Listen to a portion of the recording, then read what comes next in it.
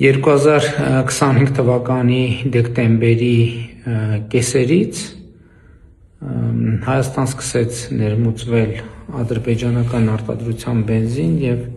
հետաքրքիր էր իմանալ, թե այդ ներմուծումից ի վեր Հայաստանի բենզինի շուկայում ինչ է տեղի ունեցել։ Ադրբեջանից հիմնականում ներմուծվում է պրեմիում տեսակի բենզին եւ այսօրվա դրությամբ Հայաստանի Հանրապետությունում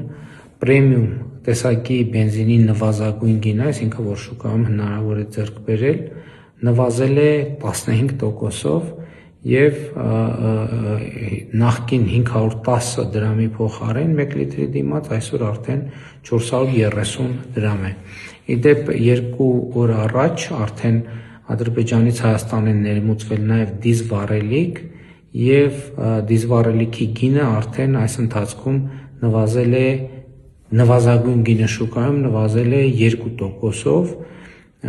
նաեւ ռեգուլյար բենզինի գինն է նվազել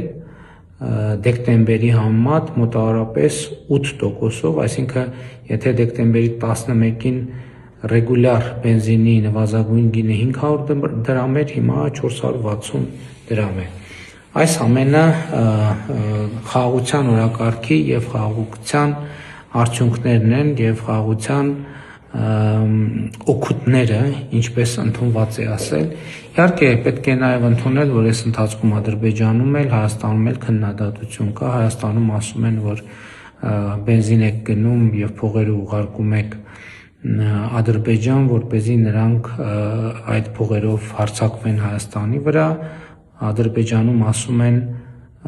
որ բենզինը եւ դիզվառելիքը ուղարկում եք Հայաստան, որ նրանք իրենց տանկերը եւ զինտեխնիկան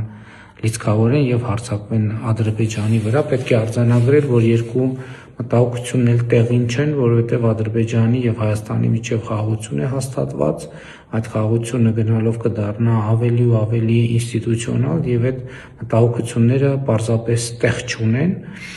եւ պետք է արձանագրել նաեւ, որ նման մտայնությունները գոնե Հայաստանում հրահրում քաջալերում են այն ընկերությունները եւ շրջանակները, ովքեր